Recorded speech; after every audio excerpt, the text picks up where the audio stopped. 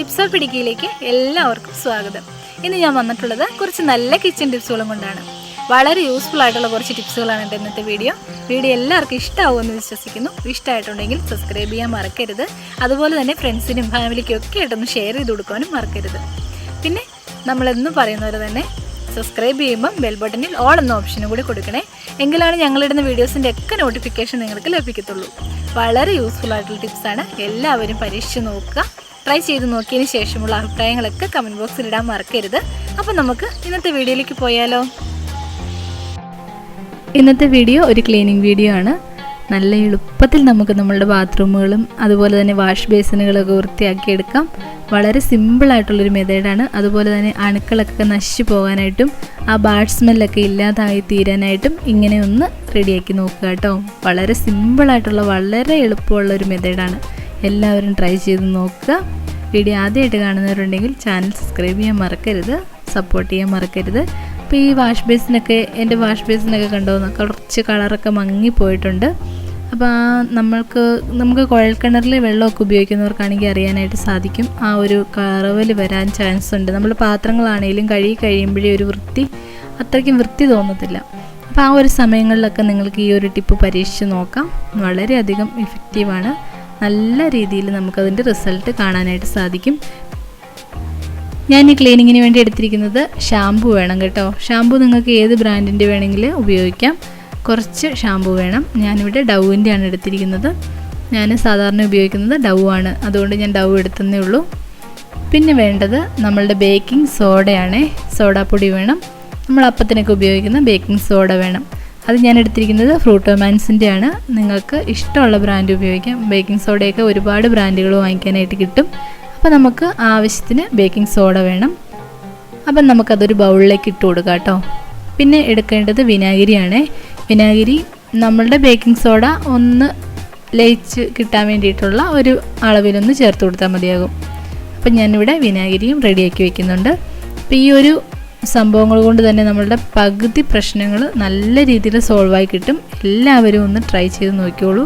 നല്ല യൂസ്ഫുൾ ആയിരിക്കും കേട്ടോ. നമ്മളുടെ വാഷ് ബേസിനോ സിങ്കോ ഒക്കെ കഴുകാനുണ്ടെങ്കിൽ നമുക്ക് കുറച്ച് കൂടുതൽ എടുക്കുന്നതിന് കുഴപ്പമില്ല കേട്ടോ. ഞാനിവിടെ വാഷ് ബേസിന് വേണ്ടി മാത്രമാണ് ഇത് മിക്സ് ചെയ്ത് വെക്കുന്നത്. അപ്പോൾ ഞാനിവിടെ വിനാഗിരിയും ഒഴിച്ചു കൊടുത്തിട്ടുണ്ട്. ഇനി ഇതുപോലെ മിക്സ് ചെയ്ത് കൊടുക്കുക. അതിലേക്ക് കുറച്ച് ഷാമ്പുവും കൂടി ഒഴിക്കണേ.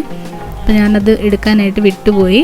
അപ്പോൾ നിങ്ങൾ എടുക്കുമ്പോഴത്തേനും കുറച്ച് ഷാമ്പും കൂടെ അതിൻ്റെ കൂടെ ചേർത്ത് കൊടുക്കണേ. എന്നിട്ട് വേണം മിക്സ് ചെയ്യാനായിട്ട്. ഇനി നമുക്ക് ഇത് നല്ല രീതിയിൽ നമ്മളുടെ വാഷ് ബേസിനിലൊന്ന് അപ്ലൈ ചെയ്ത് കൊടുക്കാം.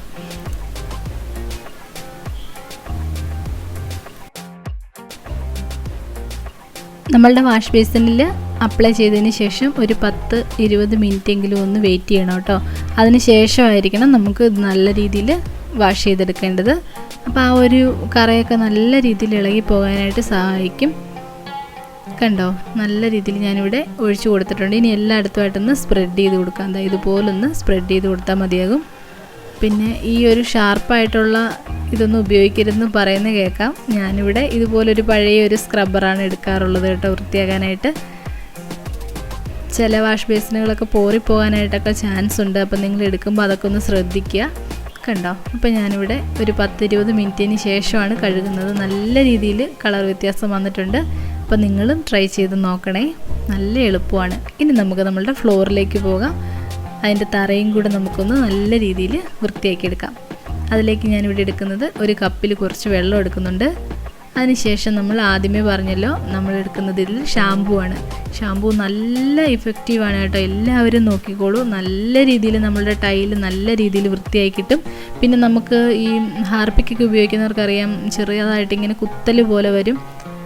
നമുക്ക് ശ്വാസം മുട്ടലൊക്കെ ഉള്ളവർക്ക് ഭയങ്കര ഒരു ബുദ്ധിമുട്ടാണ് ഹാർപ്പിക്ക്. അപ്പോൾ ആ ഒരു സമയത്തൊക്കെ ഈ ഒരു രീതിയിൽ നിങ്ങൾ ട്രൈ ചെയ്ത് നോക്കുക. പിന്നെ ഞാൻ അതിനകത്തേക്ക് ഒഴിക്കുന്നത് കുറച്ച് ഡെറ്റോളാണ്. ഡെറ്റോൾ എല്ലാവരുടെയും വീട്ടിൽ കാണും. അപ്പം ആ ഒരു കപ്പ് വെള്ളത്തിന് ഒരടപ്പ് ഡെറ്റോൾ ഞാൻ ഒഴിച്ചു കൊടുക്കുന്നുണ്ട് കേട്ടോ. നല്ല രീതിയിൽ നമുക്ക് ക്ലീനായി കിട്ടും. അണുക്കളെയൊക്കെ നശിപ്പിക്കാനായിട്ട് ഡെറ്റോൾ നമ്മളെ സഹായിക്കും. എന്നാൽ ആ ഡെറ്റോളിൻ്റെ ഒരു ഗന്ധം ഉണ്ടാവുകയില്ല കേട്ടോ. അങ്ങനെ പല ഗുണങ്ങളും ഉണ്ട് ഈ ഒരു വെള്ളത്തിന്. നിങ്ങൾ ഈ ഒരു വെള്ളം ഉപയോഗിച്ച് തറയൊക്കെ ഒന്ന് വൃത്തിയാക്കി നോക്കുക. ഈ ഒരു വെള്ളത്തിലൂടെ നമുക്ക് നമ്മളുടെ ബാത്റൂമിൻ്റെ തറ മാത്രമല്ല അല്ലാതെ ഫ്ലോറുകളും നമുക്കിങ്ങനെ തുടച്ചെടുക്കാം. റൂമുകളൊക്കെ നമുക്ക് ഈ ഒരു വെള്ളം ഉപയോഗിച്ച് തുടച്ചെടുക്കാം. നല്ല രീതിയിൽ നമുക്ക് വൃത്തിയായി കിട്ടും. ബാത്റൂമിന് കുറച്ച് കൂടുതലായിട്ട് നമുക്ക് ഈ ഒരു ഷാമ്പൂവിൻ്റെ അളവൊക്കെ കുറച്ച് കൂട്ടണമെന്നേ ഉള്ളൂ. നമ്മൾ ഫ്ലോർ ക്ലീൻ ചെയ്യുന്ന സമയത്താണെങ്കിൽ നമുക്ക് ഷാമ്പൂവിൻ്റെ അളവ് വളരെ കുറച്ച് മതിയാകും. കണ്ടോ, നന്നായിട്ട് ചെളി ഇളകി പോകും കേട്ടോ. സിമ്പിളായിട്ട് നമുക്ക് ചെയ്യാവുന്നതേ ഉള്ളൂ. നമുക്ക് ഇതൊരു കുപ്പിയിൽ ഉണ്ടാക്കി വെക്കുവാണെങ്കിൽ എല്ലാ ദിവസവും നമുക്ക് ക്ലീനിങ് ജോലി ഉണ്ടല്ലോ, ആ സമയത്ത് നമുക്ക് ജസ്റ്റ് ഒന്ന് ഒഴിച്ചു കൊടുത്തതിന് ശേഷം ഇതുപോലൊരു ബ്രഷ് വെച്ചൊന്ന് തേച്ച് കൊടുത്താൽ മതിയാകും.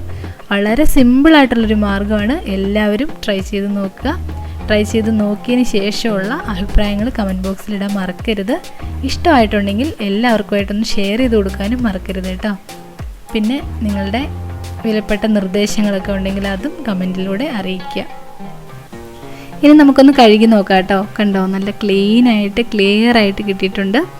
ഉണങ്ങി കഴിയുമ്പോഴത്തേനും കുറച്ചും കൂടി നല്ല കളർ കിട്ടും കേട്ടോ. വെള്ളമയം ഉള്ളപ്പം കുറച്ച് കളർ വ്യത്യാസമായിരിക്കും, പക്ഷെ ഉണങ്ങുമ്പോൾ നല്ല കളറിലേക്ക് വരും. അപ്പോൾ എല്ലാവരും ട്രൈ ചെയ്ത് നോക്കുക. ഇനി നമുക്ക് നമ്മളുടെ ടൈലുണ്ടല്ലോ, നമ്മളുടെ ഭിത്തി ഒന്ന് വൃത്തിയാക്കി കൊടുക്കാം. അതിന് നമുക്ക് വേറൊന്നും ആവശ്യമില്ല, നമ്മളുടെ ഷാമ്പൂ മാത്രം മതിയാകും. നല്ല ഇഫക്റ്റീവാണ്. കണ്ടോ, ഇതുപോലെ ഷാമ്പൂ എടുത്തതിന് ശേഷം നമുക്ക് നമ്മളുടെ ടൈലിൻ്റെ ആ ഒരു ഭാഗത്തും കൂടി ഇങ്ങനെ അങ്ങ് തേച്ച് കൊടുക്കാം. അപ്പോൾ ഇത് മാത്രം മതി കേട്ടോ. നിങ്ങളുടെ അടുത്ത് ഷാമ്പൂ മാത്രം ഉണ്ടെങ്കിൽ മതിയാകും. നല്ല കളറിലേക്ക് കിട്ടും. അപ്പം ഇതുപോലത്തെ ടിപ്പുകളൊക്കെ ഇഷ്ടമാവുകയാണെങ്കിൽ ചാനൽ സബ്സ്ക്രൈബ് ചെയ്യാൻ മറക്കരുത്. സബ്സ്ക്രൈബ് ചെയ്യുമ്പോൾ ബെൽ ബട്ടണിൽ ഓൾ എന്ന ഓപ്ഷനും കൂടെ കൊടുക്കണേ. എങ്കിലാണ് ഞങ്ങളുടെ വീഡിയോസിൻ്റെ ഒക്കെ നോട്ടിഫിക്കേഷൻ നിങ്ങൾക്ക് ലഭിക്കത്തുള്ളൂ. ഇപ്പോൾ കുറച്ച് പേര് സബ്സ്ക്രൈബ് ചെയ്തിട്ട് അവർക്ക് നോട്ടിഫിക്കേഷൻ കിട്ടുന്നില്ല എന്ന് പറയുന്നുണ്ട്. അപ്പോൾ അത് ബെല്ല് ഐക്കൺ എനേബിൾ ചെയ്യാത്തതുകൊണ്ടാണ് കേട്ടോ. ബെല്ലിന് ഓൾ എന്ന ഓപ്ഷൻ കൊടുത്താൽ മാത്രമാണ് നമുക്ക് നോട്ടിഫിക്കേഷൻ വരിക വീഡിയോ ഒക്കെ അപ്ലോഡ് ആക്കുമ്പോഴത്തേനും. അപ്പോൾ അതെല്ലാവരും ഒന്ന് ശ്രദ്ധിക്കണേ. കണ്ടോ, ചെളിയൊക്കെ ഇളകി വരുന്നത് കാണാനായിട്ട് സാധിക്കുന്നില്ലേ? കുറച്ച് നല്ല രീതിയിൽ വൃത്തിയായി കിട്ടും കേട്ടോ. അപ്പോൾ എല്ലാവരും ഒന്ന് ട്രൈ ചെയ്ത് നോക്കുക. വളരെ സിമ്പിളായിട്ടുള്ള നല്ല ക്ലീനിങ് മെത്തേഡാണ്. വീഡിയോ എല്ലാവർക്കും ഇഷ്ടമായിട്ടുണ്ടാകുമെന്ന് വിശ്വസിക്കുന്നു. അതുപോലെ തന്നെ ഇഷ്ടപ്പെടുവാണെങ്കിൽ എല്ലാവർക്കുമായിട്ടൊന്ന് ഷെയർ ചെയ്ത് കൊടുക്കാനും മറക്കരുത്. പുതിയ നല്ല നല്ല വീഡിയോകളുമായിട്ട് ഇനിയും കാണാം. ഇതുവരെ സപ്പോർട്ട് ചെയ്ത എല്ലാവർക്കും ഒരുപാട് നന്ദി. തുടർന്നും വന്ന് വീഡിയോസൊക്കെ കാണുമല്ലോ. അടുത്ത നല്ല വീഡിയോയിൽ നല്ലൊരു ടിപ്സുമായിട്ട് കാണാം. Thanks for watching.